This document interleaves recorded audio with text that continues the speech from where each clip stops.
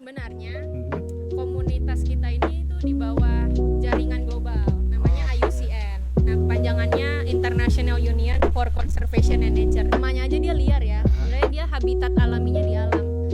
Kalau dia dipelihara itu akan mengganggu perilaku alami dia. Hewan atau primata yang merah itu apa aja? Singkat cerita, di Indonesia nih kita ada 65 spesies primata yang sudah masuk ke banyak daftar banget. merah IUCN itu. 60. 65.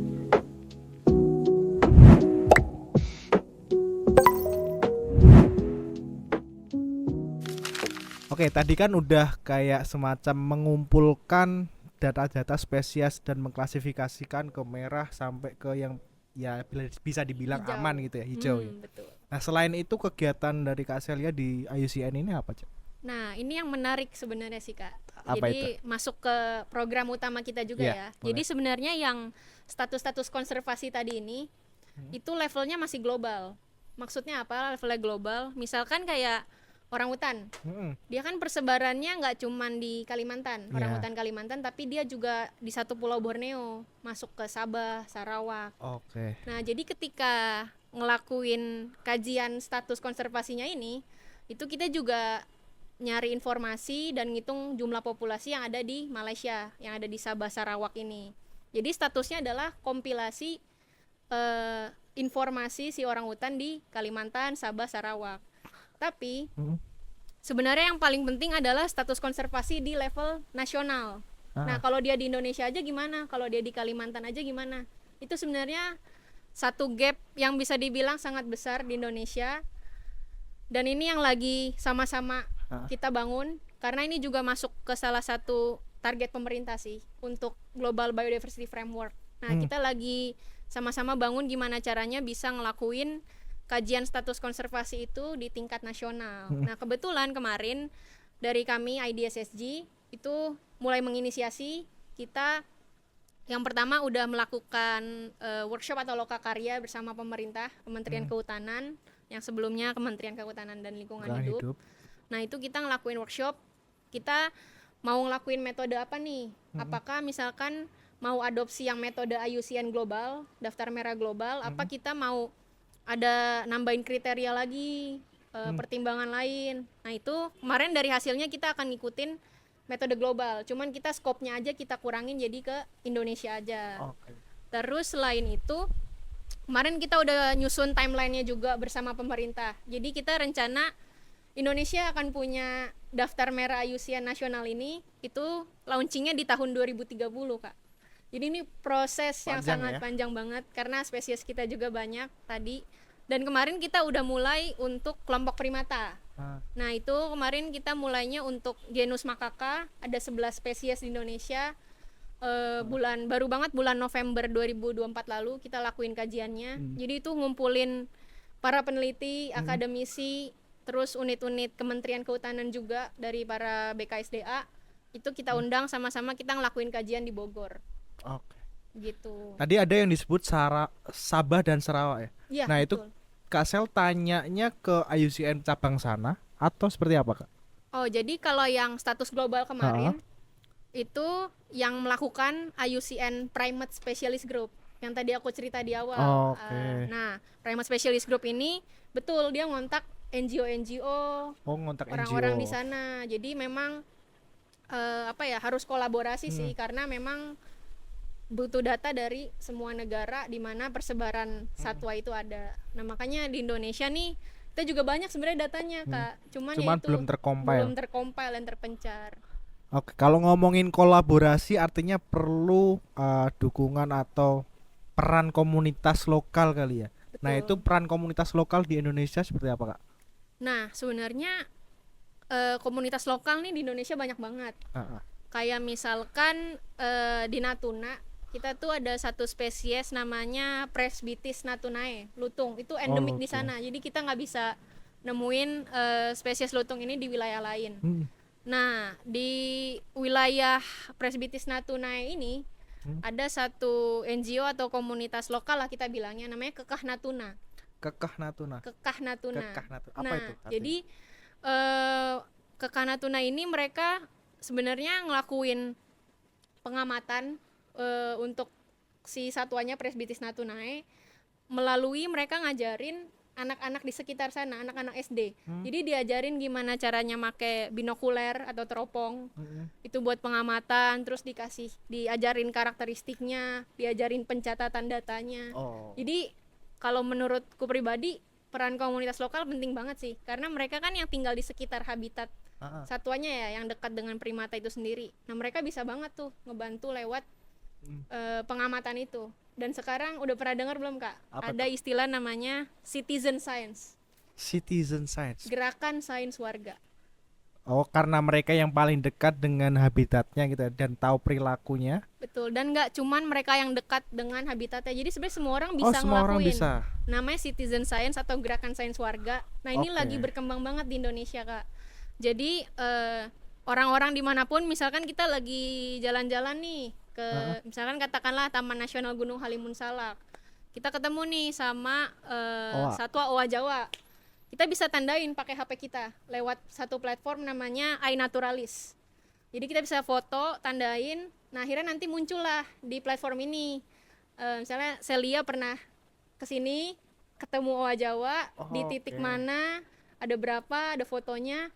Nah sebenarnya data ini tuh kalau kita semua ya publik bisa sama-sama coba ngelakuin, wah itu bakal jadi keren banget sih di Tapi Indonesia. itu nanti bakal tumpang tindih gak sih? Misal Kak Celia udah ngeliat terus difoto, dilaporin, terus nanti ada orang lain lagi ngefoto hewan yang sama, ya itu hewannya, itu nanti bakal tumpang tindih datanya atau? Betul, sangat mungkin tumpang tindih. Jadi dari iNaturalisnya sebenarnya dia ada orangnya Kak yang bakalan ngecekin satu-satu, memverifikasi. Oke, berarti teknologi perannya cukup gede ya. Wah, di primata. Sekarang sangat berkembang banget. Kalau tadi selain kita jadi citizen scientist, itu apalagi peran teknologi di primata? Oke, jadi selain citizen science tadi, itu udah banyak sekarang peralatan nih Kak yang bisa kita pakai buat monitoring atau pengamatan primata. Salah satunya drone Kak. Mungkin kita biasanya pakai drone buat foto-foto ya. Kita ke pantai, kemana. Nah sebenarnya drone ini sekarang udah dikembangin banget buat monitoring primata. Aku pernah baca contoh papernya yang udah dipublikasi itu buat pengamatan orangutan sama bekantan. Jadi si drone ini kan dia dilengkapi teknologi thermal. Jadi dia bisa ngedeteksi pergerakannya, suhu panasnya si satwa ini. Nah nanti kedeteksi warna merah muncullah di tangkapan drone-nya ini. Warna merah-merah itu kebentuk badan orangutannya. Aku pernah lihat hasil rekamannya. Tapi kalau drone di hutan bisa dioperasikan ya? Bisa. Jadi dia pakai geothermal dari atas hutan gitu? Betul, dari atas keliling. Nah cuman memang ada kekurangan kelebihannya kan. Ya kekurangannya memang kadang suka nabrak pohon. Itu dia nyangkut. Permasalahan. Cuman kalau untuk monitoring itu udah kepake banget sekarang sih. Dan bahkan nggak cuman bisa ngelihat satuannya, tapi dia bisa ngelihat hutannya secara keseluruhan kan. Apakah terjadi deforestasi, apakah ada aktivitas ilegal, semua bisa ketangkep. Oke, itu mungkin sisi positif dari drone. Apa mungkin sisi negatifnya dari drone ini seperti yang dikeluarkan sama KLHK ya kalau nggak salah, yang 2 juta menerbangkan drone di tempat-tempat cagar alam, taman nasional. Apakah salah satunya karena ini misal bisa buat perburuan liar atau orang lain bisa tahu pergerakan hewan-hewan ini terus mengambil tindakan ilegal? Oke, sebenarnya kalau di wilayah taman nasional, pokoknya di wilayah-wilayah di bawah unitnya kementerian lah, setauku memang udah ada peraturannya Kak sekarang. Jadi nggak bisa sembarangan kita mau nerbangin drone ataupun alat-alat lain. Nah biasanya ketika mau ngelakuin pengamatan itu misalnya dari mahasiswa itu biasanya dia pokoknya harus ngurus surat perizinan dulu lah, ataupun kalau biasanya dari KLHK-nya yang mau mengerjakan, Kementerian Kehutanan, biasanya dia juga meng-hire ahli para peneliti yang udah ahli di bidangnya untuk mengoperasikan drone. Oke, tadi selain aplikasi terus kemudian ada drone, ada lagi nggak yang kira-kira signifikan banget? Ada lagi. Apa tuh? Kamera trap. Pernah dengar nggak Kak? Pernah. Jadi, yang dipasang di bawah itu ya, tiba-tiba betul, ada hewannya lewat itu ya. Nah jadi namanya kamera trap, atau istilah bahasa Indonesianya kamera jebak sih. Jadi kamera trap ini benar-benar ngebantu banget para peneliti buat dapat data di lapangan lah. Kenapa? Karena kita tinggal naruh alatnya, kameranya ini kita ikat di pohon, nanti dia akan merekam sendiri. Karena dia bisa ngedeteksi yang pertama pergerakan, yang kedua ngedeteksi suhu atau panas juga. Jadi ketika ada satwa lewat, dia bakalan memfoto dan memvideokan. Oh, jadi kalau nggak ada yang lewat, dia akan mati. Mati. Ketika ada satwa yang datang, dia akan hidup otomatis. Betul. Sebenarnya lebih ke settingannya sih, Kak. Jadi Oke. kita bisa atur settingannya macam-macam. Misalkan nyala 30 hari. Nah, itu 30 hari dia bakal ngerekam terus. Tapi ketika ada satwa lewat, bakalan difoto dan divideoin. Jadi tetap standby on, tapi ketika ada pergerakan, ada suhu panas dari satwa yang lewat, ngefoto, ngevideo. Nah, itu juga ada settingannya, Kak. Misalnya 3 kali foto, 1 video, berapa detik. Oh, itu canggih banget sekarang. Oke, menarik ya. Menarik. Dan itu ngebantu banget kita sebagai peneliti. Kenapa? Karena ya udah, kita tinggalin alatnya aja. Nanti selang waktu berapa lama, misalkan sebulan atau 2 bulan, kita ke tempat kita masang kamera tersebut, kita ambil lagi memory cardnya, udah kita olah datanya. Nah, itu keuntungannya dari kamera trap. Jadi artinya sebetulnya sekarang kalau kekurangan tenaga ahli sebetulnya sudah terpecahkan ya dengan adanya kamera trap itu. Betul. Kita tinggal kamera trap sebanyak mungkin, terus direkap, udah selesai ya. Betul. Yang penting kuncinya sebenarnya di desain penelitiannya. Ketika misalnya dia mau ngedesain monitoring hutannya seluas berapa nih, nanti butuh masang kameranya di mana aja, berapa unit. Nah, itu PR pertama. PR kedua, harus rajin ngecek juga. Karena tetap kadang harus dicek. Tetap kadang misalkan dia lagi misalnya ngefoto atau ngevideoin banyak satwa yang lewat, misalnya kita kan nggak tahu ya, random, baterainya habis, ntar mati, kan kita jadi nggak dapet data. Nah, itu sebenarnya salah satu minusnya sih yang kita harus antisipasi juga. Jadi harus rajin ngecek. Terus yang ketiga, PR di pengolahan datanya juga, Kak. Karena dia kan ngedeteksi pergerakan ya, ada daun jatuh aja itu kefoto. Nah, dulu cerita lainnya juga nih, teman satu tim skripsiku nih neliti dengan hasil kamera trap. Jadi dia mengolah data kamera trap yang udah ada, itu banyak banget filenya, ribuan, bisa 8.000. Itu dibukain satu-satu, Kak. Jadi kadang ada isinya daun doang jatuh. Itu yang agak PR lah. Tuh, tapi ngebantu banget sih teknologi ini. Ada lagi Kak teknologi yang paling signifikan? Oke, ada satu lagi yang signifikan banget buat primata, yaitu teknologi namanya monitoring bioakustik. Monitoring bioakustik. Iya. Apa jadi itu? Dia ada alat recordernya khusus ngerekam suara di hutan. Oh, suara doang ini. Suara, ini khusus suara. Nah, yang uniknya adalah sebenarnya kan dia cara kerjanya mirip dengan kamera trap tadi ya. Kita ikat di pohon, kita tinggalin, nanti dalam berapa waktu lama kita ambil lagi. Keunikannya adalah nanti dia hasil datanya berupa sonogram. Jadi frekuensi suaranya kita bisa lihat. Dan sebenarnya yang unik di primata, suara jantan sama betina itu beda, Kak. Frekuensi suaranya ada, gelombang suaranya itu betina yang lebih banyak. Betina biasa kalau bersuara lebih panjang. Kalau di oa ya, dia kayak lebih bernyanyi lah. Kalau yang jantan pendek-pendek. Nah, kayak gitu-gitu nanti kita bisa ngolah, dan itu jadi menarik banget sih. Kurang lebih sama kayak manusia berarti. Sama kayak manusia, benar. Kan kalau nggak salah aku baca itu kalau cewek harus dalam sehari itu harus mengeluarkan 12.000 kata ya kalau nggak salah ya. Dibandingkan ya, lebih banyak dibandingkan cowok. Jadi ternyata primata pun juga sama. Tuh, saudara dekat kita. Saudara dekat.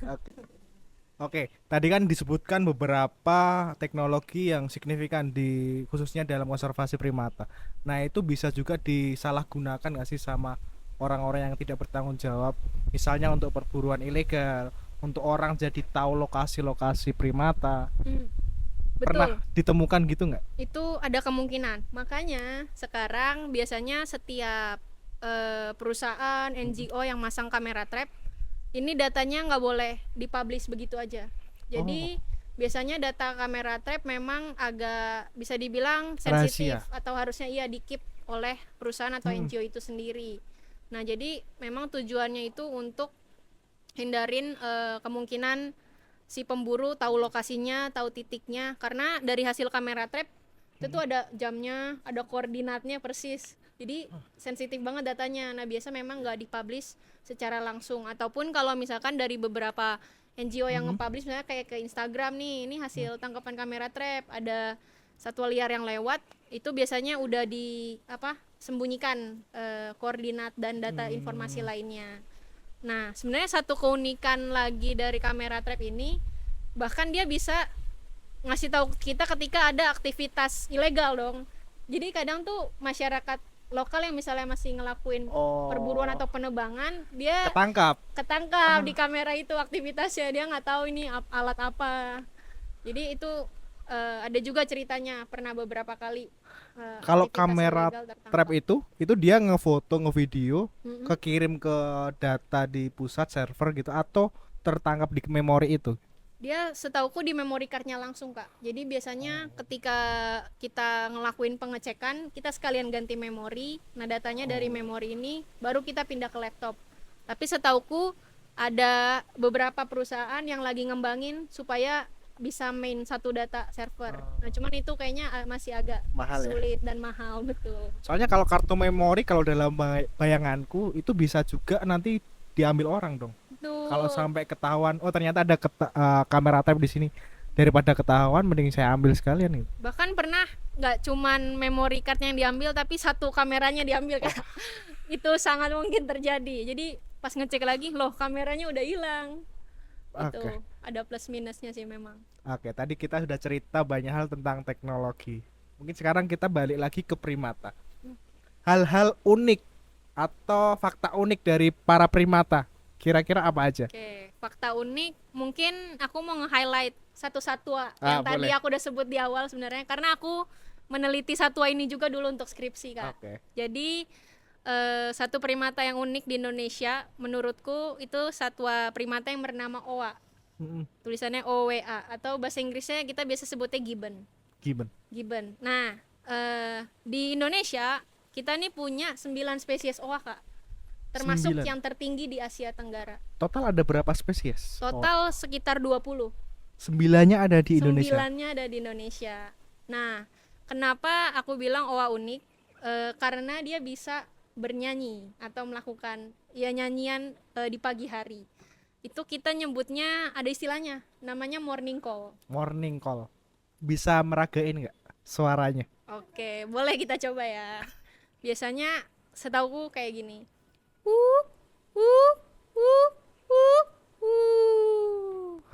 Kurang lebih kayak gitu Kak. Jadi suaranya itu identik gitu ya, kayak ayam kalau berkokok pagi kan kukuruyuk. Betul, identik banget. Identik. Nah, kenapa mereka bersuara di pagi hari? Biasanya itu untuk berkomunikasi. Jadi mereka nih, si owa ini adalah hewan teritorial Kak. Jadi udah punya teritori masing-masing. Mereka kan hidupnya berkelompok ya. Satu keluarga biasanya bisa sekitar 2-5 individu. Jadi sepasang individu jantan dan betina, induknya sama anak-anaknya.